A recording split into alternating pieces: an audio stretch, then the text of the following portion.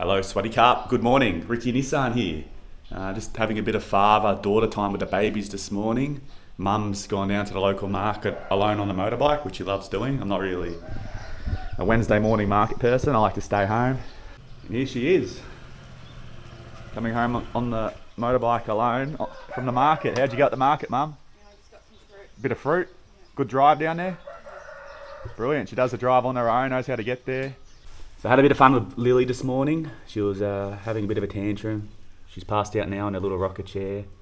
Daisy's been good. Daisy was just looking at me and smiling while I was dealing with Lily. But yeah, the babies are right now. They love looking at the Christmas tree. I know it's early, but yeah, what are you going to do? We've got a parcel. So John in Surin's mailed me a parcel and some stuff he no longer needs. His child's getting a bit older now, so he sent me some good stuff.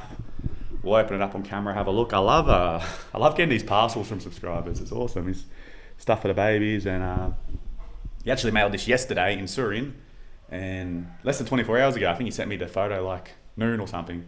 Now it's about 11, and it's already here in Chiapoom. So how good's that Thai delivery? So we'll open it up and have a look what's inside, eh? So this is what John sent me.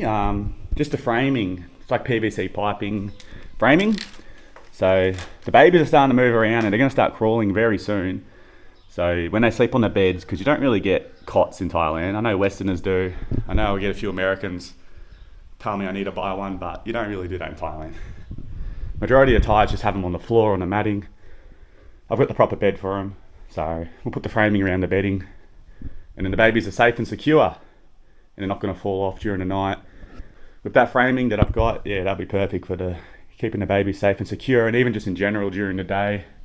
Once they start crawling around, you can move the framing out here or even outside when they're outside. So yeah. So we're just going to interview Mum, ask her a few things.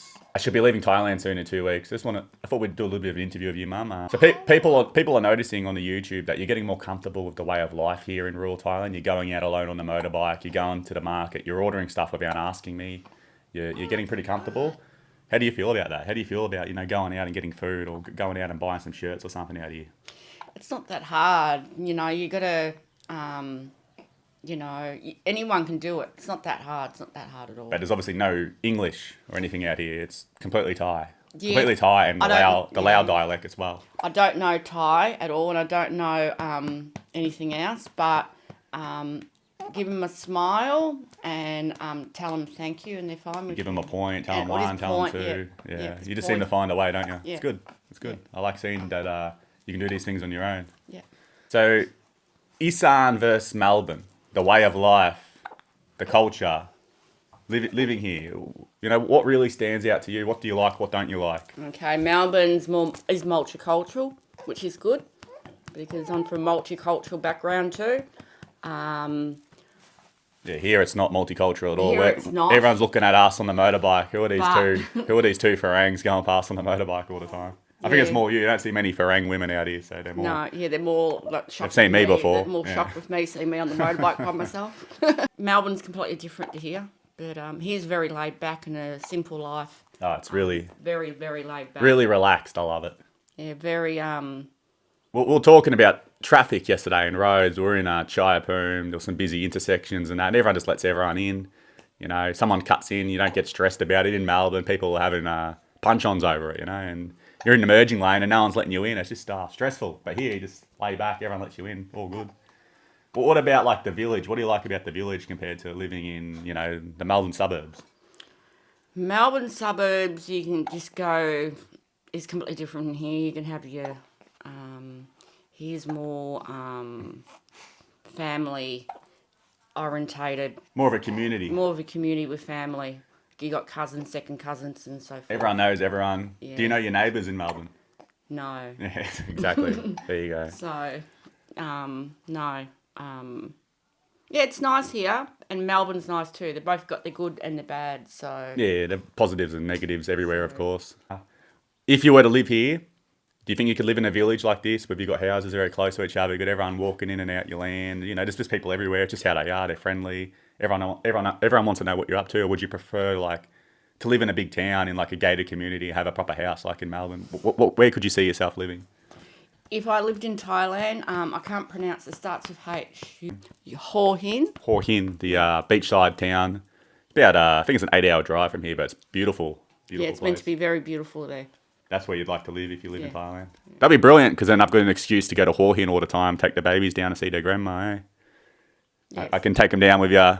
If you do live here, I take them down with you. I think it's March, April school holidays, or April, May school holidays, and then October. You can have them all October school holidays too. Be brilliant. Babies will be living the beach life. So you're going back soon, and I know we haven't really spoke too much about it on YouTube. You're concerned about me. You're worried. Obviously, you want me to live in Australia, but I don't want to live in Australia. We have this little discussion every single day about her wanting me to live in Australia and me wanting to live in Thailand. But what are your concerns about me being here and you going over there? Me going home and you staying here with the babies. I'm just worried about you not interacting a lot with people your age and with like more of your friends in Australia too. So I know you interact on the telephone, but it's not the same thing as being in person. I think the thing is, in Australia, if I look back the last few years I was in Australia, all you're doing is working. So I'm not seeing my mates anyway. I guess your mates are at work, aren't they? You work with your friends. I guess so. But mates before I worked there, mates I grew up with, we'd go play basketball and that. We just, for the last 4 or 5 years, we didn't even see each other. We talk on, Messenger every day, but we just don't see each other. It's just, unfortunately, the way it is. I know at the end of the week everyone's tired from work, but that's just how it is in Australia. And then, of course, there was a period of time where you couldn't leave your house anyway. Yeah, so... But what else are you worried about? Are you worried about me and the babies being here? I'm worried about I'm worried about him here. I know it's good for the Thai family to be happy and so forth, but there's also, they got grandparents also in Melbourne, Australia too. Yeah, so, I get that. You want to be part of the baby's life, but the plan for me was to always raise a kid here in Thailand. I never wanted a kid in Australia. It was only living here that I wanted to raise a kid. So I understand your concern and you want to be part of their lives. But that gives me on to the last question. What is your long-term plan? Because your plan is to be living here in Thailand at some stage. I like to retire and live in Thailand, be close to the grandkids, but till then I've got to go back and I've got to work. So I've got to find another job and maybe get into fly in, fly out, or drive in, drive out, see what happens. So my mum, her plan's always been to retire here in Thailand once I moved here, which is brilliant. I wanted to retire here, to see her often and that. But that's still a while away because you're only 53, so there's still a bit of time till the retirement age.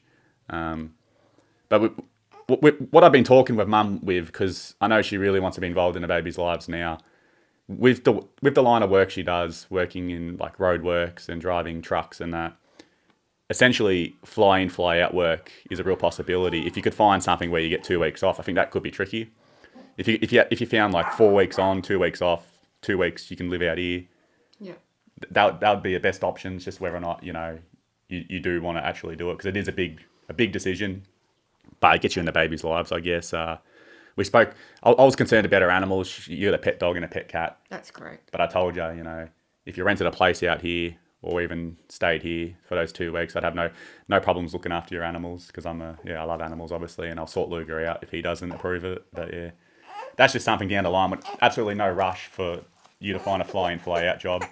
Just about getting back to Melbourne and getting life going again. Obviously, you've got your partner Andrew as well, so it'd be a big decision for him for you to do something like that as well. So yeah, but it's definitely something you're thinking about, is it?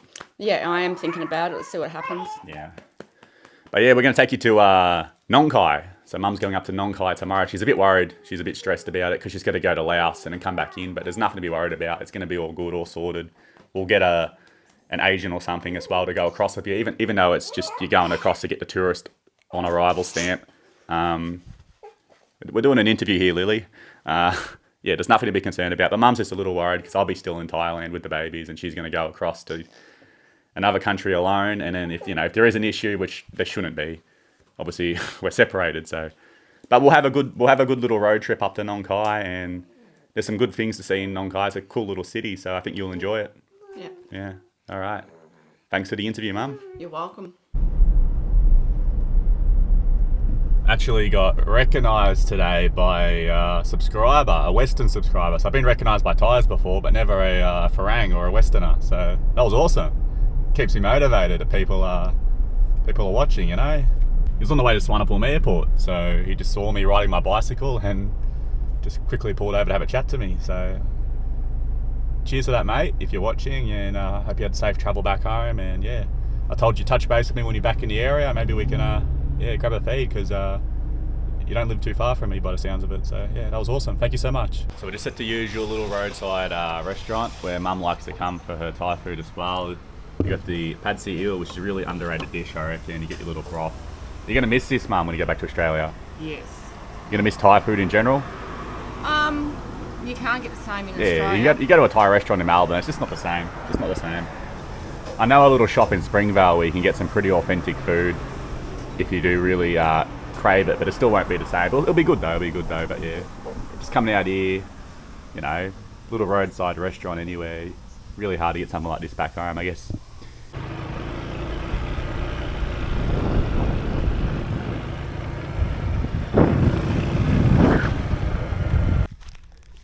Just out here by the local lotus lake that we got near our village. Literally my village is there where that phone tower is, and yeah, if you haven't seen it before, we've got this great big lake out here. We've got lotus plants, lots of fishing, all sorts of stuff goes on here. Sometimes I do swim in this lake, pretty decent size.